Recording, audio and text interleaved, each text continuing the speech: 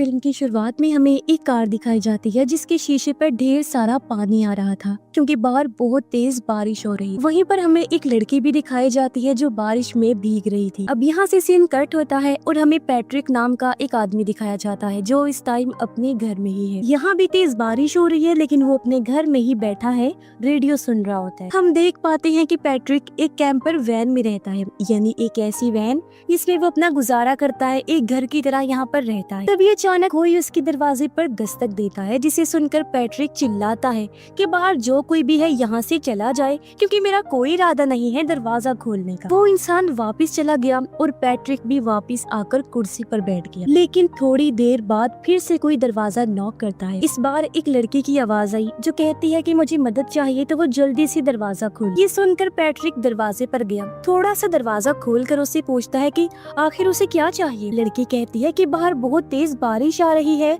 और उसे आगे एक टाउन में जाना है, तो क्या वो उसे लिफ्ट दे सकता है ताकि वो वहाँ पर सही सलामत पहुँच सके। पैट्रिक उससे कहता है कि वो बहुत भीग रही है तो वो अंदर आ जाए। और जब वो लड़की अंदर आती है तो पैट्रिक उसे देखकर हैरान हो जाता है, मानो जैसे उसने पहले भी उसे कहीं पर देखा हो। पैट्रिक उससे कहता है काफी रात हो गई है तो वो इतनी रात को कहाँ जा रही थी। लड़की उससे कहती है कि उसे बस अगले टाउन में जाना है। अब पैट्रिक उसके लिए तौलिया भी लाता है लेकिन वो लड़की ये कहकर मना कर देती है कि मुझे तौलिया नहीं चाहिए, मैं बस जहाँ जाना चाहती हूँ तो मुझे वहाँ छोड़ दो। इस पर पैट्रिक उससे कहता है कि ये वैन बहुत टाइम से खराब पड़ी है, ये चल नहीं सकती, इसलिए मैं तुम्हें टाउन नहीं छोड़ सकता। कल सुबह यहाँ से एक बस जाएगी तो वो उस बस से टाउन जा सकती है, इसीलिए तुम यही रात गुजार लो और कल सुबह होते ही यहाँ से चली जाना। वो ये भी बताता है कि इस टाउन के बच्चे अक्सर उसे परेशान करते हैं, वो दरवाजा खटखटा कर चले जाते हैं, इसीलिए जब तुमने पहली दफा दरवाजा नॉक किया था तो मैंने तुम्हें यहाँ से जाने को कहा क्योंकि मुझे लगा था कि शायद वहाँ भी कोई बच्चा है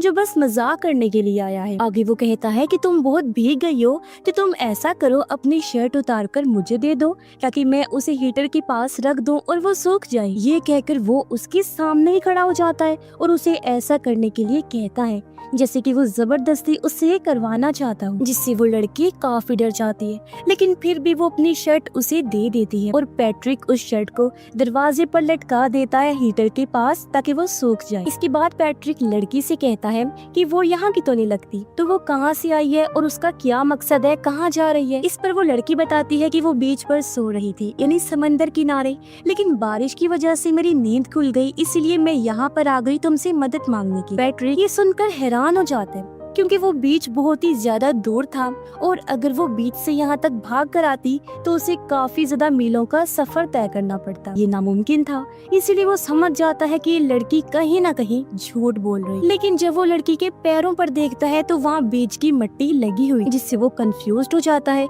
कि क्या ये लड़की सच बोल रही है या झूठ। इसके बाद पैट्रिक उस लड़की को पीने के लिए ड्रिंक देता है लेकिन लड़की उससे कहती है कि उसे ये ड्रिंक नहीं पीनी। वो उससे फोन मांगती है ताकि वो एक कॉल कर सके। पैट्रिक ने कहा कि यहाँ कोई फोन है ही नहीं। फिर वो अपनी जेब से कुछ सिक्के निकाल कर उसके सामने टेबल पर रख देता है और कहता है कि थोड़ी आगे एक फोन बूथ है जहाँ जाकर वो कॉल कर सकती है, मगर इतनी रात होने की वजह से फोन बूथ बंद हो गया होगा जिस वजह से उसे रात यहीं बितानी पड़ी। आगे उसने कहा लेकिन मेरे पास फोन बूथ की चाबी है, अगर वो चाहे तो वो उसके साथ वहाँ जा सकता है। पर लड़की मना करके वहाँ से जाने लगती है, लेकिन जब वो देखती है कि बाहर बहुत तेज तूफान आ रहा है तो वो यही रुकने का प्लान बनाती। वो पैट्रिक की ट्रॉली में लड़कियों की कई सारी चीजें देखती है जिससे उसे लगता है कि शायद ये उसकी वाइफ की होंगी। तभी पैट्रिक कहता है कि क्यों ना तुम गर्म पानी से नहा लो ताकि उसका जिस्म साफ भी हो जाए और तब तक उसकी शर्ट भी सूख जाएगी। ये कहकर वो फिर से उसके सामने आकर खड़ा हो जाता है जैसे वो फिर से उसे ऐसा करने के लिए फोर्स कर रहा हो। लड़की घबरा गई और ना चाहते हुए भी बाथरूम में चली जाती है नहाने के लिए। तभी हम नोटिस करते हैं कि वैन के ऊपर से कोई चीज गुजर रही है क्योंकि वहाँ काफी तेज आवाज आ रही थी जिससे लड़की और ज्यादा घबरा जाती है।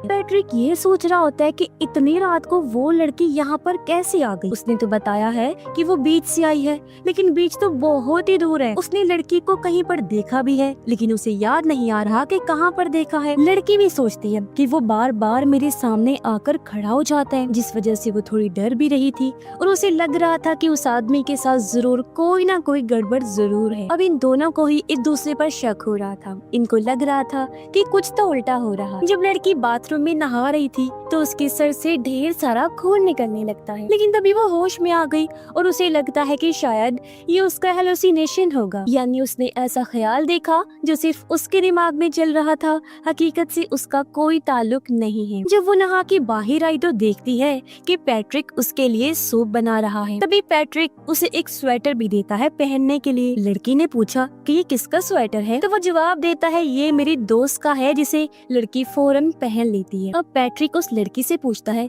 क्या तुम्हारी शादी हो गई है। ये सुन वो लड़की यानी कि विजिटर कहती है कि मैं अपना ख्याल तो ठीक से रख नहीं पाती, अपने हस्बैंड का कैसे रखूंगी। यही वजह है कि मैंने अभी तक शादी नहीं की। मैं एक शहर से दूसरे शहर में घूमती फिरती रहती हूँ और अपने आप को ऐसी सिचुएशन में फंसा लेती हूँ जिससे निकलना बहुत मुश्किल होता है। जैसे मैं यहाँ फंस गई हूँ और मेरा निकल पाना यहाँ से कितना मुश्किल हो रहा है। इसके बाद वो लड़की पैट्रिक से पूछती है कि वो रात को 2 बजे तक क्यों जागा हुआ था। पैट्रिक उसे बताता है कि वो बहुत अकेला हो गया है, जिसकी वजह से उसे नींद आना बंद हो गई है। फिर वो उसे सूप देता है पीने के लिए, लेकिन वो उसे नहीं पीती क्योंकि उसे पैट्रिक पर बिल्कुल भी भरोसा नहीं था। तभी अचानक दरवाजे पर दस्तक हुई, जो सुनकर वो काफी घबरा गया और विजिटर से पूछता है क्या ये तुम्हारा कोई बंदा है, तुमने किसी को बुलाया है। तो विजिटर उससे कहती है कि उसके साथ कोई भी नहीं है, वो बिल्कुल अकेली है। ये सुनकर पैट्रिक दरवाजे से बाहर देखता है, लेकिन उसे वहाँ पर कोई भी नजर नहीं आता, जिससे वो समझ जाता है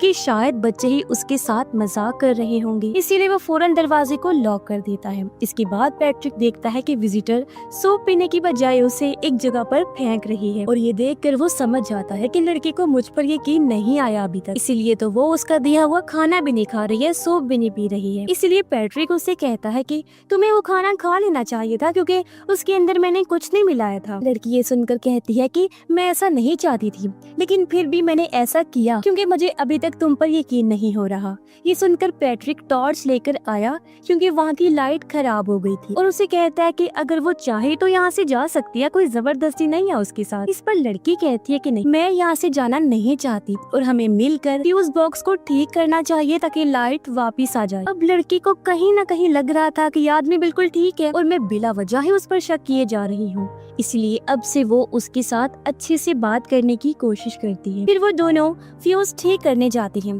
पैट्रिक आगे होता है और लड़की टॉर्च पकड़कर पीछे खड़ी हुई, लेकिन तभी टॉर्च की लाइट पैट्रिक के कपड़ों पर पड़ी जहाँ खून लगा हुआ था। साथ में एक हथौड़ा भी रखा हुआ था जिस पर भी खून लगा हुआ था। ये देखकर वो काफी डर जाती है और उसे लगता है कि शायद वो कातिल है, मगर वो उसकी पीठ पर लगी चोट को ठीक करने के लिए दवाइयाँ लेने जाती है। उसने जब मेडिसिन वाला बॉक्स देखा तो एक बॉक्स में बहुत सारे इयररिंग्स थी, जिनमें एक उसकी खुद की भी। देखकर वो चौंक गई और उसे समझ नहीं आ रहा था कि आखिर यहाँ पर हो क्या रहा है। वो फौरन बाहर आई, पैट्रिक से झगड़ा करती है कि आखिर तुमने मेरे इयररिंग्स क्यों चुराए। ये सुन पैट्रिक कहता है कि मैं तुम्हें पहली बार देख रहा हूँ, इसलिए तो हो ही नहीं सकता कि मैंने तुम्हारे इयररिंग्स चुराई हैं, उनमें से एक भी तुम्हारी नहीं हो सकती। लड़की काफी घबराई हुई थी और वहाँ से जाने का मन बनाती है। वो कहती है कि वैन का दरवाजा खोलो ताकि मैं जा सकूं। पैट्रिक कहता है कि दरवाजा पहले ही खुला है, अगर जाना है तो फौरन निकल जाओ। वो कहता है तुम खुद यहाँ आई थी मदद मांगने के लिए और मैंने तुम्हारी मदद की भी, लेकिन अब तुम ऐसा क्यों करके दिखा रही हो जैसे मैं गलत हूँ। आखिर मेरे पास ऐसे लोग क्यों आ जाते हैं मदद मांगने के लिए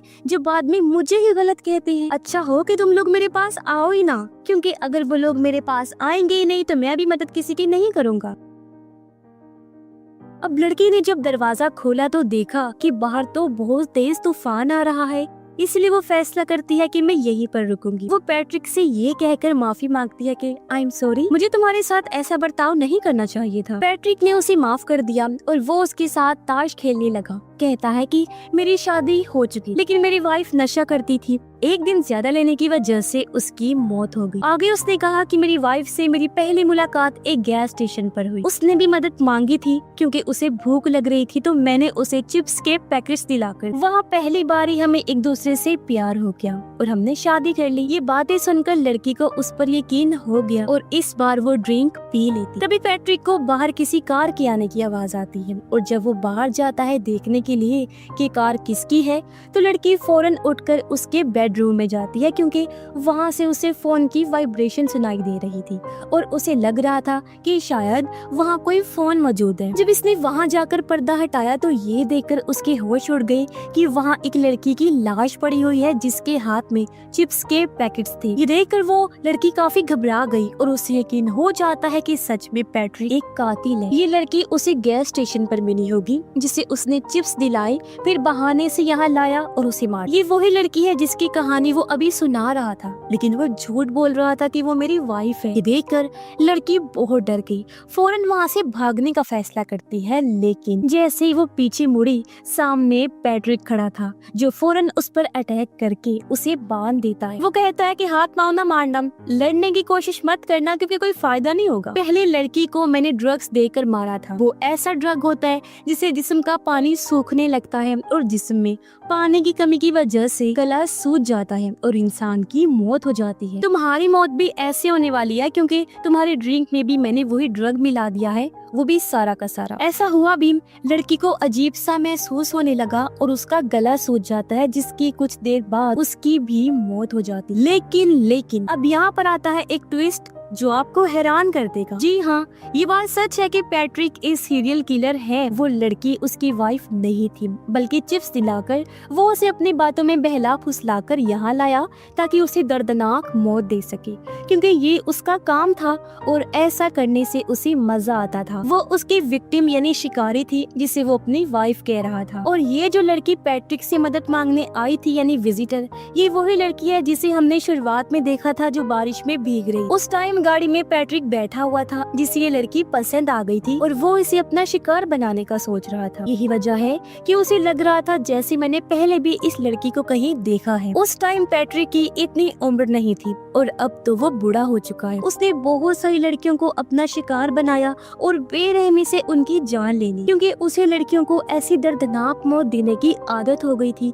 ना चाहते हुए भी वो उन्हें मार दिया करता है और अब वो बूढ़ा हो चुका है, बिल्कुल अकेला है। इसलिए वो उस लड़की को अपनी वाइफ कह रहा था क्योंकि उसका दिमागी तवाज़ुन थोड़ा खराब हो गया था, लेकिन अक्सर उसे अपने किए का पछतावा होता था। और इससे भी बड़ा राज यहाँ मैं आपको बताती हूँ जो सुनकर आप भी चौंक जाएंगे। तो वो ये था कि अभी तक कहानी में जो हमने देखा वो सारा कुछ पैट्रिक के दिमाग में चल रहा उसका ख्याल था, क्योंकि उसका दिमाग इतना ज्यादा खराब हो गया था कि उसे अपनी विक्टिम्स नजर आ रही थी जैसे जैसे उसने उनका खून किया था। हालांकि ये चीज तो बहुत पहले ही हो चुकी थी। ये सारे विजन्स ख्याल पैट्रिक को अक्सर नजर आती रहती थी जो उसकी अलग अलग विक्टिम्स लड़कियों के होते हैं, जिन सबको उसने अपनी जवानी से अब तक मारा था। और ये सब चीजें उसे शर्मिंदगी का एहसास करवा रही। कुछ लड़कियों के ख्याल तो हेलुसिनेशंस बन जाते थे, जैसा कि पैट्रिक ने उनके साथ जो कुछ किया भी नहीं वो भी उसे दिखाई दे रहा था, सिर्फ उसकी खराब दिमागी हालत की वजह से। वो मनगढ़ंत कहानियां बनाया करता था, जैसा कि उसने इस लड़की के बारे में देखा। वो लड़की जब मदद मांगने आई थी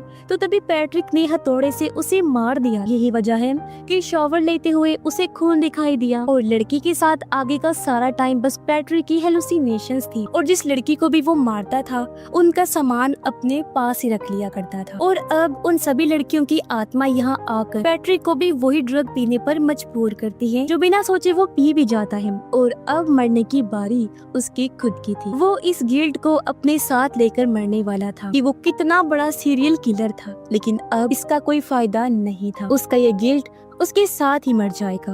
और इसी के साथ ही इस फिल्म की कहानी यहीं पर खत्म हो जाती है।